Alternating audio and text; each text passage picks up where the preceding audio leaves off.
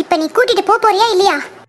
ஸ்வேதா, ரவி ரவி ரவி, உனக்கு ஒன்றும் இல்லைல்ல? நீ நல்லா இருக்கல? காயம் ஏதாவது இருக்கா உடம்புல? அடிபட்டிருக்கா? நீ நல்லா இருக்கல ரவி? நான் நல்லா இருக்கேன். நீ முதல்ல இவ்வளோ பயப்படாத. பாரு, நான் நல்லா தானே இருக்கேன். ஏன் இவ்வளோ பயப்படுற? நீ எப்படி இங்கே வந்த? முகத்தில் உனக்கு என்ன காயம்?